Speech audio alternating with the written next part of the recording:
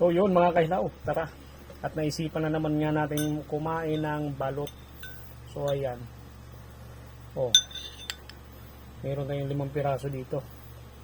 So ngayon mga kahilaw, ilang pirasong balot ba ang kain yung kainin at ubusin? So ito kasi sa loob ng isang linggo talagang kumakain ako ng balot 5, isang beses sa isang linggo. So nakakaubos talaga ako ng 5. So pinaka maximum ko na dyan 7 o 8.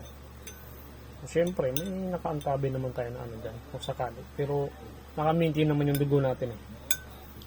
Hindi pa rin ako na high blood kagano. So tayo ko lang sa mga bata ha, hindi to suggested sa inyo o hindi ko inalok para sa inyo to. So huwag nyong gagayahin, mga expert lang o mga yung may kaya lang nakainin ng mga ganitong karaming balot. So hindi dapat nyo gayahin ng ganito.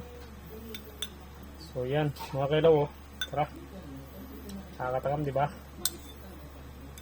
So kainin na natin to.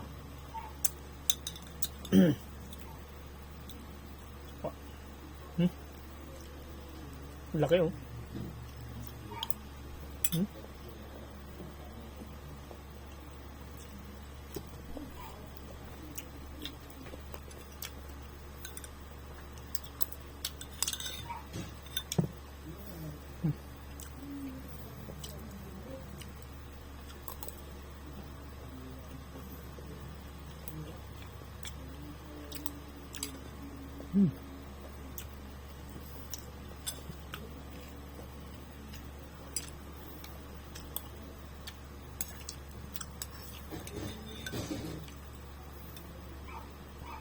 Eso.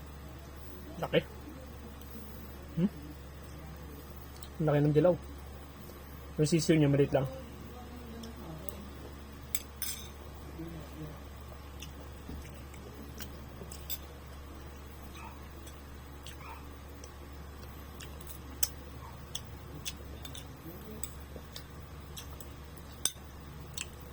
So guys, yung mga history sa mga high blood kayo, hindi ito suggest para kumain kayo nito. Kasi pag high blood ka talaga at kumain ka nito, delikado. Tikim lang, pwede mo 1 piraso.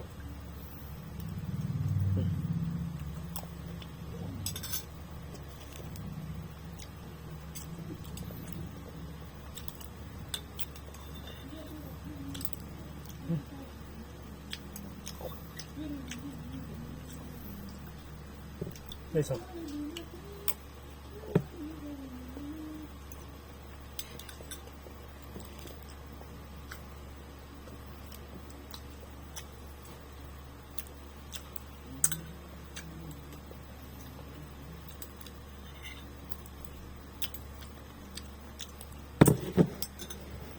Guys, saglit lang natin yung 5 piraso.